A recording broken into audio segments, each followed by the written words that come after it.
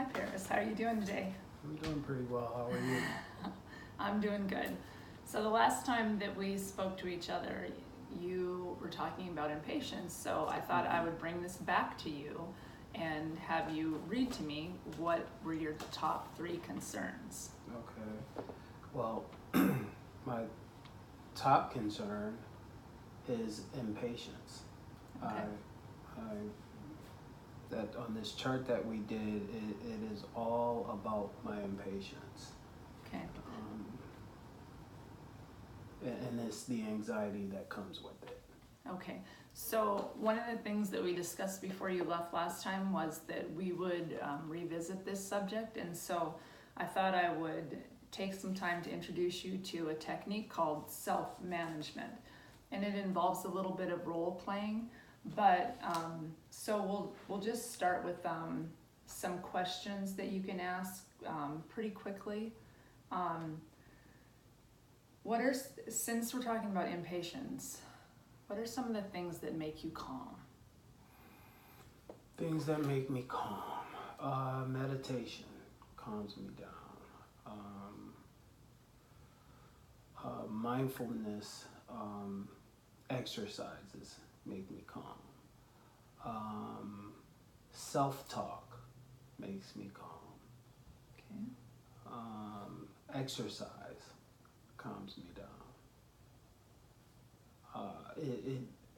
Like exercise calms my anxiety down from the impatience. Okay. All right. Is there anything else that you feel like works for you as far as when you talk a little bit more about self-talk? Self-talk. Well, sometimes I tend to talk to. It's actually you can actually put that and praying out loud. I actually talk to myself and tell myself to remain calm, to calm myself down, to relax. I could, if it, depending on what it is, it could be if I'm impatient about not hearing from an employer or something like that. I may just try to tell myself that you haven't given them enough time, or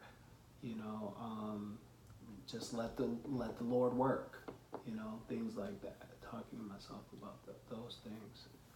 Okay. So, what is your typical reaction to impatience? My typical reaction. I think the reaction is more mental, like a more internal thing than external. It doesn't. I don't think it. I don't think it manifests itself outwardly in a sense, if that makes sense. It's this anxiety that I get inside that, I mean, if someone was sitting next to me and I was in that state of impatience, and it feels like a state to me, I don't think they would know that I'm impatient if they don't know me. Now, my wife would know because she knows my mannerisms. She knows my, just the way I act when I'm calm or when I am kind of antsy. So. Good word for it. Um, So it's not as much as the outward reaction that you're concerned about. It's more of the internal. It is. Okay. It is. So we'll just keep it at that because that pretty much answers everything. If there were more outward behavioral things, then I would, look at that a little bit deeper. So what do you feel like, based on your history, are the consequences of your level of impatience? Well, the biggest consequence I believe is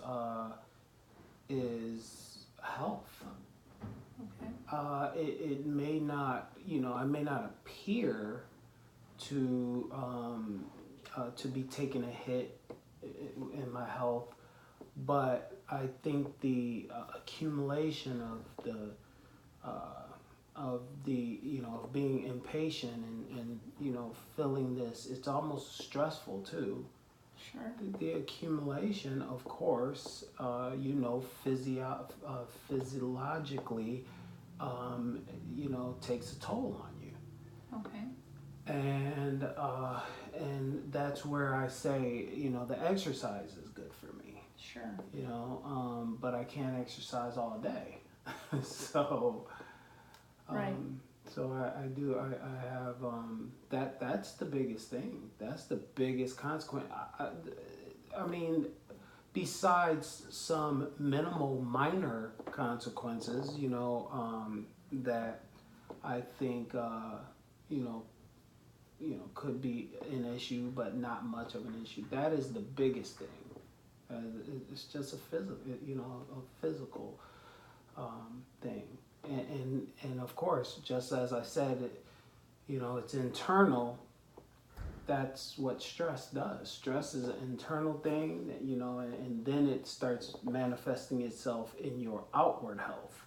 Mm-hmm. But if you look at me, you see I work out, I exercise and things like that, so you wouldn't think that I'm affected by anything. But inside that stress of being impatient and wanting and just wanting things to go my way so much, it takes a toll. Does it scare you? Yes, it bothers me. It bothers me because I know stress is comparable to smoking cigarettes. Mm-hmm. And I have family history with heart disease and my father passed from a stroke, and cholesterol problems, high blood pressure. So that stress of being, impatient, where it builds the anxiety, it bothers me. It does bother me. I wish I could do something about it. Well, I know I can, but it's hard to. Right. And that's exactly why we're coming back to it, is because it is so high on your level of concerns, your priorities. Mm-hmm. So what would be your goal, if it was a realistic goal that you could set for yourself, where you could say, I'm happy with the results, and that you've minimized the consequences that it has on your health, the impact, and not just today, but for the long run? Mm-hmm. What would your goal be? My goal is a slow progression. Okay. It doesn't have to be fast, but it's a slow progression of understanding, of getting myself to a point of understanding that everything is not going to come right when I want it. It's I'm an older person, and it's kind of sad to sound like a 10-year-old. Because that's what it is to me. Almost like, I almost sound like a teenager saying, I want it now, but I've just been through so much in my life, and I've been striving for it for so long, that it's gotten to a point where I'm just like, okay, can it just happen, please? You know what I mean? So, Do you feel like you're holding back the Hoover Dam? Yeah. I mean, the goal is just a slow progression to understand that I have to be patient. If that makes sense. Right. You know, I mean, So the goal could almost be that, you know, you are you know, that impatience is, you know, the force of the water against the wall on the Hoover Dam as an example. And when what you're trying to say to me, just as an analogy, is you're just, you know, poking some holes in it to relieve some of that pressure. And so that's what we're going to talk about, is poking some of those holes through to let that water out and take the pressure off the entire system. So and that's not, you can't let the whole thing out at once because most likely you would just unload all your problems, all your stress, and just run from everything, which is not idealistic for anyone involved. Not for you, not for anyone. Right. Which will eventually just cause you even more impatience. So I agree with you on that goal, is just kind of letting it out in a very progressive, slow way. Yeah, and also just really quick, you know, it is to and I believe we talked about this before. It is to really strengthen my my personal relationship with Jesus. It just is, because that is the only way I'm going to get to where I want to be. Right. The only way. So, you know, I just know I have to focus more on him and what he wants, you know, what he thinks my purpose here is, and just let him guide me and leave it at that. Just leave it at that. So, but, you know, that comes in the way of, it has to be through him to actually get to that goal, to where it's just a slow progression, because everything is just a slow progression.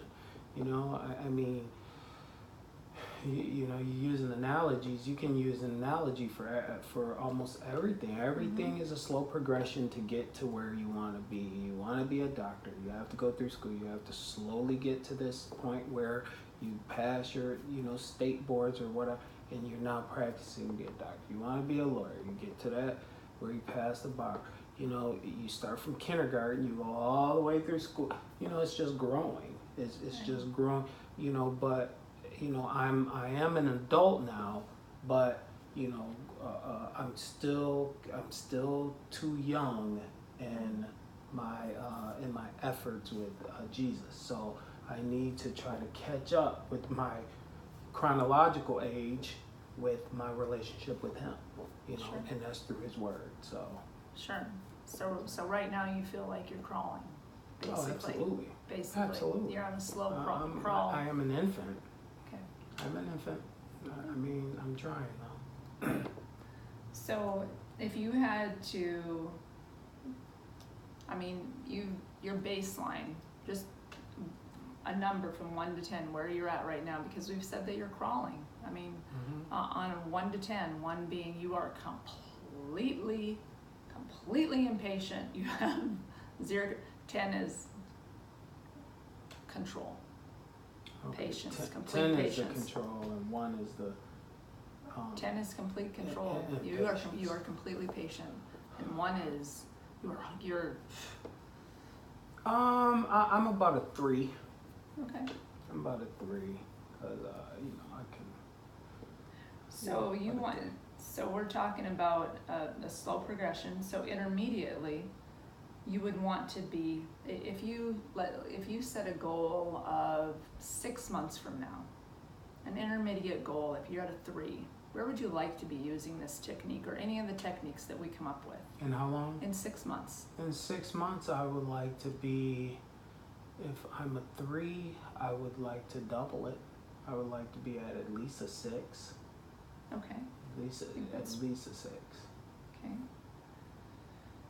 So I mean, long term, you're looking at, you know, you've gotten to maybe, we said 6 months. So are you saying possibly a year from now you could be at a 10? I don't believe so. Okay. I would love to be. So realistically. But realistically, I think it's just going to take me, you know, a couple years, and it's, you know, sad to say maybe that I think it's, you know, seeing where the chips fall.